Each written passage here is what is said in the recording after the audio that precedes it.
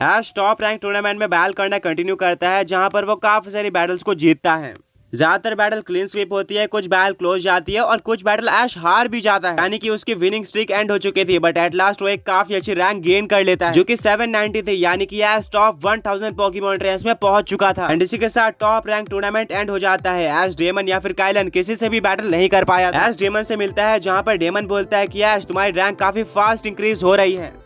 वो दिन दूर नहीं है जब तुम टॉप 8 पोकेमॉन ट्रेंड्स में शामिल हो जाओगे और तब हम दोनों की बैटल होगी, और वो भी एक बड़े स्टेज पर, जहाँ पर हम दोनों को हारना मंजूर नहीं होगा। देखते हैं कि वो बैटल कब होगी और कैसे होगी। ऐश एक स्माइल लेता है और बोलता है, डेमन मैंने सोचा था कि हम टूर्नामेंट में ही बैटल करने वाले हैं, पर कोई बात नहीं, अब मेरी रैंक काफी इंप्रूव हो चुकी है और मैं कुछ ही टाइम के अंदर टॉप 8 में एंट्री ले लूंगा। Well, top rank tournament and होने के बाद ऐश, उसके फ्रेंड्स और सारे के सारे पोकेमॉन ट्रेनर्स जो कि वर्ल्ड चैंपियनशिप में पार्टिसिपेट करने वाले थे, वो ड्रैको सिटी से बाहर आ जाते हैं। मिस्टी बोलती है कि अगर किसी पोकेमॉन ट्रेनर ने टॉप 10 टूर्नामेंट का सही में फायदा उठाया है तो वो है ऐश केचम, कि जहां तक मुझे याद है टूर्नामेंट स्टार्ट होने से पहले ऐश की रैंक लगभग 16,000 थी।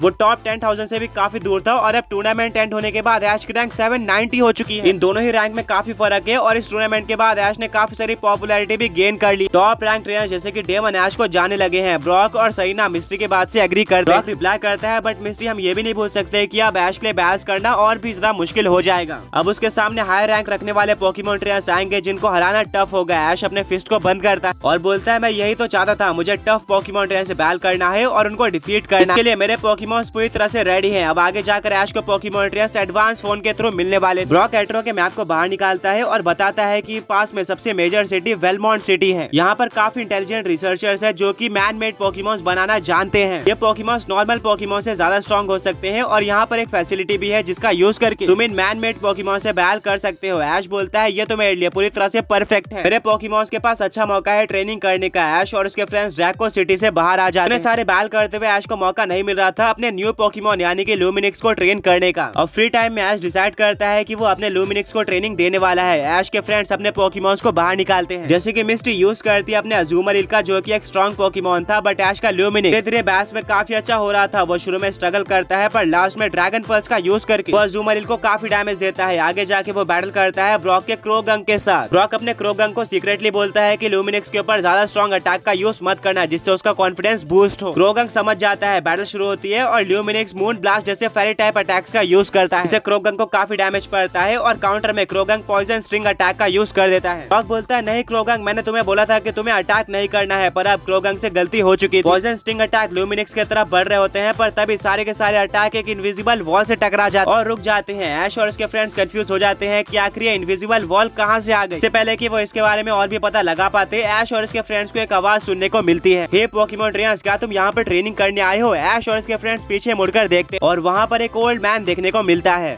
आगे बढ़ने से पहले पिछले पोकी क्विज के विनर्स ये रहे।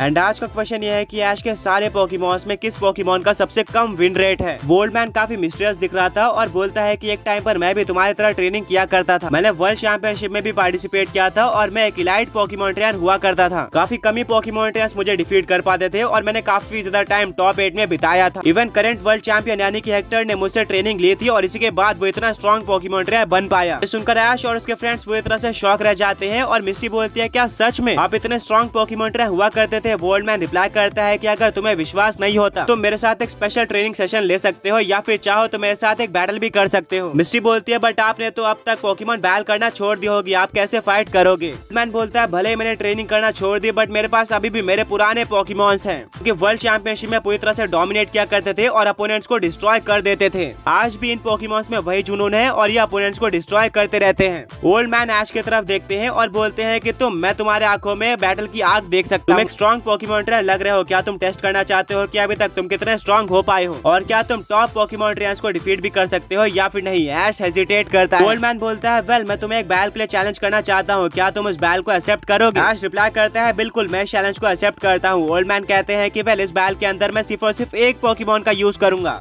वहीं पर तुम जितने चाहो उतने पोकेमॉन्स का यूज कर सकते हो, कोई भी लिमिट नहीं है। एंड हाँ, अगर तुम मेरे इकलौते पोकेमॉन को डिफीट कर सकते हो तो लास्ट में मैं तुम्हें एक बैटल सीक्रेट बताने वाला हूँ, जो कि सिर्फ और सिर्फ टॉप टियर पोकेमॉन ट्रेनर्स को पता होते हैं और ये तुम्हारे बैटलिंग स्टाइल को काफी इंप्रूव करेंगे। ऐश और उसके फ्रेंड्स सरप्राइज हो चुके थे, सही ना बोलते? क्या ऐश के सामने आप सिर्फ एक पोकेमॉन का यूज करोगे? वह शायद आप नहीं जानते कि करंटली ऐश की वर्ल्ड चैंपियनशिप रैंक 790 है, जो कि काफी हाई है। वो एट्रो लीग का चैंपियन भी है एंड उसने इस पोकेमॉन वर्ल्ड के सेकंड स्ट्रॉन्गेस्ट पोकेमॉन ट्रेनर यानी कि सिल्वर को भी डिफीट किया है। उसके पास कुछ लेजेंडरी पोकेमॉन्स भी। आपको एक पोकेमॉन यूज करने से पहले सोच लेना चाहिए। ओल्ड मैन स्माइल करते हैं और बोलते हैं, सुनने में लगता है कि तुम एक काफी स्ट्रॉन्ग पोकेमॉन ट्रेनर हो। मेरे सामने ये कुछ भी नहीं है। मैं अपने जमाने में काफी सारे स्ट्रॉन्ग पोकेमॉन ट्रेनर्स को डिफीट कर चुका हूँ। आज भी अगर कोई पोकेमॉन ट्रेनर हेक्टर को डिफीट कर सकता है तो वह मैं ही हूँ, बट मैंने ट्रेनिंग करना छोड़ दी है। सही ने ऐश के कान में धीरे से बोलती है कि बातों से तो लग रहा है कि ये ओल्ड मैन काफी ज्यादा स्ट्रॉन्ग है। संभल कर बैटल करना। ऐश अपने फिस्ट को बंद करता है और बोलता है, ऑलराइट, ये मेरा असली टेस्ट होने वाला है, चलो बैटल करते हैं। ओल्ड मैन अपने पोकेबॉल को बाहर निकालते हैं और बोलते हैं कि मैं डायरेक्टली अपने एस पोकेमॉन को यूज करने वाला हूँ, क्योंकि मेरा सबसे ज्यादा स्ट्रॉन्ग पोकेमॉन है। आज तक ये अनडिफीटेड है, कोई भी पोकेमॉन ट्रेनर इसको डिफीट नहीं कर पाया है और तुम भी नहीं कर पाओगे। ओल्ड मैन अपने पोकेबॉल को हवा में फेंकते हैं, जिसमें से एक मैसिव सर्पेंट लाइक पोकेमॉन बाहर आता है। इसके बॉडी पर ब्लैक और सिल्वर कलर के स्केल्स होते हैं। इसके बारे में और भी इन्फॉर्मेशन लेने के लिए ऐश अपने पॉकेडेक्स को बाहर निकालता है। सरप्राइजिंगली ऐश के पॉकेडेक्स में ग्लिच आ जाती है और एक मैसेज लिखकर आता है कि इस पोकेमॉन के बारे में हमारे पास कोई भी डेटा नहीं है। और बोलता है, क्या मैंने आज तक ऐसे कोई पोकेमॉन नहीं देखा है एट्रो रीजन में, और इवन पॉकेडेक्स भी स्कैन नहीं कर पाया। सही ना बोलती है कि इस पोकेमॉन का साइज तो सच में काफी ज्यादा बड़ा है। क्या आप बता सकते हो कि ये पोकेमॉन किस टाइपिंग का है और आपने इसको कैसे कैच किया था? ओल्ड मैन एक स्माइल देकर रिप्लाई करते हैं कि एट्रो रीजन का one of the rarest Pokemon है, जो कि इस टाइम पर एग्जिस्ट नहीं करता है। इस पोकेमॉन वर्ल्ड में अपने स्पीशीज का इस टाइम पर इकलौता पोकेमॉन है। सुनकर ऐश और उसके फ्रेंड्स शॉक हो जाते हैं और पूछते हैं, क्या इसका मतलब इसके अलावा ऐसा कोई और पोकेमॉन एग्जिस्ट नहीं करता है?